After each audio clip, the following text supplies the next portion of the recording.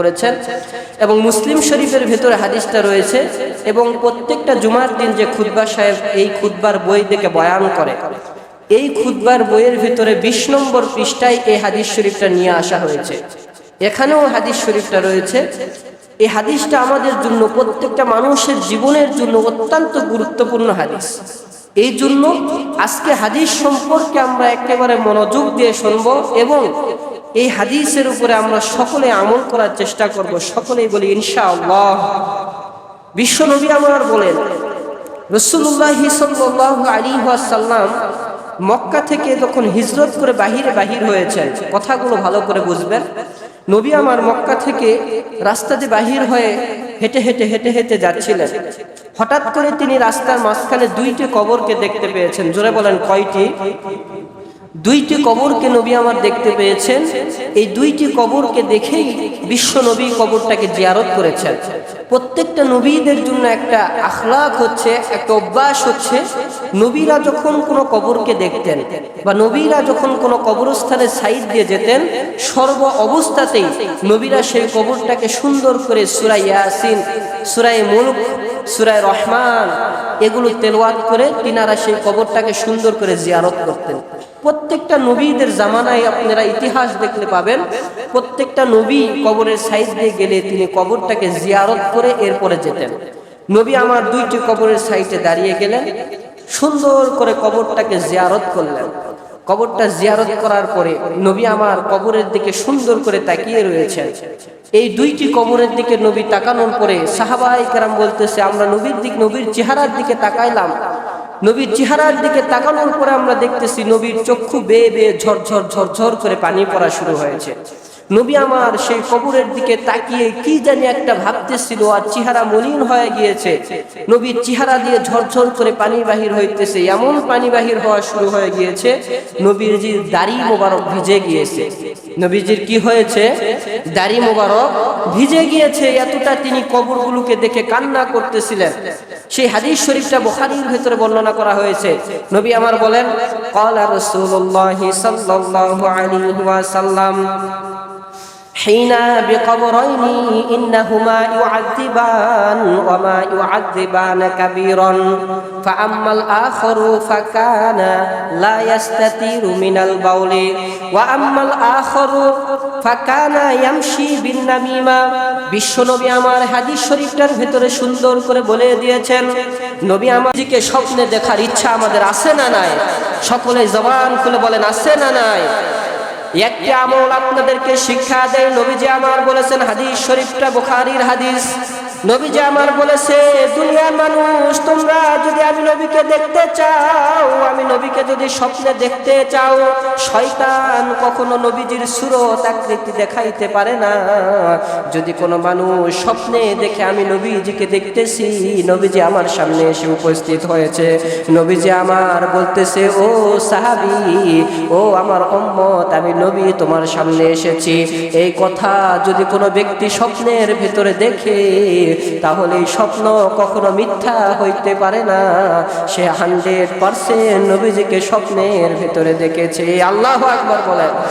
নবীজি আমার বলেছেন, ইবলিস শয়তান যে রয়েছে পৃথিবীর সব কিছুর আকৃতি ধারণ করতে পারে, মানুষের আকৃতি ধারণ করতে পারে, গরু বকরি ছাগল যত পশু পাখি রয়েছে সবগুলির আকৃতি এই শয়তান ধারণ করতে পারে, কিন্তু আমি বিশ্ব নবীর আকৃতি শয়তান কখনো ধারণ করতে পারে না। আল্লাহু আকবার বলেন। নবীজি আমার বলেন, পৃথিবীতে সব মানুষের পিছনে শয়তান রয়েছে, আমি নবীজির পিছনেও শয়তান রয়েছে, কিন্তু আমি নবীর পিছনে যে শয়তানগুলি রয়েছে এরাও কালিমা করে মুসলমান হয়ে গিয়েছে। আল্লাহু আকবার বলেন। তাহলে বলেন তো, পৃথিবীর সবার পিছনে শয়তান আছে না নাই? একজন গাঁজাখোর, হেরোইনখোর, সুদখোর এর পিছনে যে কয়েকটা শয়তান রয়েছে, একজন নামাজির পিছনে এর চাইতে হাজার হাজার বেশি শয়তান রয়েছে। কেন? এ তো নিজেই সুদ খায়, এ তো নিজেই গাঞ্জা খায়, বিড়ি খায়, সিগারেট খায়, সারাদিন টোটো কোম্পানির মতো ঘুরে বেড়ায়, নামাজ পড়ে না। তো এর পিছনে শয়তান এসে আর শয়তানি করার দরকার আছে? জবান খুলে বলেন আছে? কিন্তু যারা মসজিদে যায়, যারা নামাজ আদায় করে, যারা 5 ওয়াক্ত নামাজি, যারা রোজা করে, এদেরকে শয়তানের এসে ধোঁকা দেয়। শয়তান বলে নামাজ পড়ার কোনো দরকার নাই, ফজরের সময় হলেই দেখবেন যত ঘুম আছে সব ঘুম এসে ফজরের সময় ঠাসে ধরে, ঠিক কিনা? আমি নিজেই ফজরের সময় উঠতে এমন কষ্ট হয়, মনে হয় এরকম কষ্ট পৃথিবীতে আর কোথাও নেই। আজান কানে আসা মাত্র অটোমেটিক চেতন হবেন, জাগ্রত হবেন, কিন্তু শয়তান এসে আপনার মাথায় হাত বুলিয়ে দিয়ে বলবে বাবা ঘুমা ঘুমা ঘুমা ঘুমা। আমরা ছোট বাচ্চাকে যেরকম ভাবে সুন্দর করে মাথা নেড়ে নেড়ে ঘুম পাড়ায় দেয়, মায়েরা গান গয়ে গান বলে বলে ঘুম পাড়ায় দেয়, গীত বলে বলে ঘুম পাড়ায় দেয়, শয়তানও তেমন মুসলমান বান্দাদের কাছে এসে মাথায় হাত বুলে দিয়ে দিয়ে তাদেরকে গান শোনায়, তাদেরকে গীত শোনায়, শুনিয়ে শুনিয়ে তাদেরকে আরামের ঘুম পাড়ায় দেয়, যাতে করে এরা মৃত্যুর পর জাহান্নামের ভেতরে প্রবেশ করতে পারে। চিল্লায় বলে নাউজুবিল্লাহ। কিন্তু যেই ব্যক্তিদের সামনে শয়তান আসবে, শয়তান এসে কুমন্ত্রণা অন্তরের ভিতরে দিতে থাকবে, অন্তরের ভিতরে দেখবেন আপনার নিজে নিজেই প্রশ্ন উৎপাদন হতে থাকবে, জাগ্রত হতে থাকবে, অন্তরের ভিতরে প্রশ্ন আসে বসে থাকে, ও বান্দা, ফজরের নামাজের আগে সবচাইতে আরামের ঘুম হচ্ছে ঘুমের ভিতরে থাকা। এই শান্তি তুমি নামাজের ভিতরে যাই পাইবা না। তুমি যদি লেপের নিচ থেকে উঠে যাও, যদি কম্বলের নিচ থেকে উঠে যাও, তাহলে ঠান্ডা তোমাকে ধরে ফেলবে।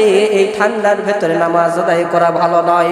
এই বিভিন্ন চিন্তা ভাবনা যার মাথার ভেতরে আসবে, এরপরেও যে ব্যক্তি শয়তানকে লাথি মেরে ফেলে দিবে, শয়তানকে ধাক্কা মেরে ফেলিয়ে দিবে, কম্বলগুলি শরীর থেকে ফেলিয়ে দিবে, লেপ তোষকগুলি শরীর থেকে ফালাইয়া দিবে, দেওয়ার পরে ঠান্ডা পানি দ্বারা ওযু করবে এবং মসজিদে নববীর ভেতরে এসে সামনের কাতারে বসে যাবে। 5 ওয়াক্ত নামাজ যারা আদায় করবে, নবীজি আমার বলেছেন লাউ ইয়ালামুন নাস মা ফিন নিদাই ওয়া সাফিল আউয়াল, যেই ব্যক্তি সামনের কাতারে এসে নামাজ আদায় করবে, আমার নবী বলেন তার জিন্দেগির সব গুনাহ খাতাগুলোকে মাফ করে দেওয়া হবে। আল্লাহু আকবার। আর জবান খুলে বলেন আল্লাহু আকবার। এরকম ফজিলত বলেন তো আর কোথাও পাওয়া যাবে? তাহলে কখনো নামাজ বাদ দিয়ে ঘুমানো চলবে? জবান খুলে বলেন চলবে? আল্লাহ পাক রব্বুল আলামিন আমাদের সবাইকে 5 ওয়াক্ত নামাজ আদায় করার তৌফিক দান করুক। সকলেই বলি আল্লাহুম্মা আমিন। আর জবান খুলে বলেন আমিন। পিছনের ভাইয়েরা যারা আমিন বলেন নাই, মনে হয় আপনাদের নামাজের কোনো প্রয়োজন নাই। জান্নাত কি আপনাদের প্রয়োজন আছে? তো আমিন বলতে কি কোনো অসুবিধা আছে? দাঁত কি ব্যথা নাকি আপনাদের? তো দাঁত যদি ব্যথা না থাকে জবান খুলে বলেন আমিন। আমিন বলা মাত্র আল্লাহ তাআলা প্রত্যেকের আমলনামায় 10টি সওয়াব লিখিয়ে দেয়। সুবহানাল্লাহ বলেন। তাহলে এই আমিন বলতে আমাদের মুখটা ব্যথা হয়ে যায়, আমিনই বলতে চায় না। হুজুর বলে আমিন, হুজুর একাই বলুক। হুজুরের দায়িত্ব নামাজ পড়ানোর, ওয়াজ করা। হুজুর একাই ওয়াজ করবে, হুজুর একাই সুবহানাল্লাহ বলবে, আলহামদুলিল্লাহ বলবে, আল্লাহু আকবার বলবে, আমিন বলবে, সব হেদায়েত হুজুর নেক, আমার দরকার নাই। এরকম কি? আমাদের সকলের জন্য তো হেদায়েতের প্রয়োজন আছে, ঠিক কিনা বলে? আল্লাহ তাআলা আমাদের সকলকে কবুল করুক। সকলেই বলি আমিন। যারা আমরা সুন্নত নামাজ পড়িনি, সকলেই সুন্নত নামাজ আদায় করে নিই। উপরে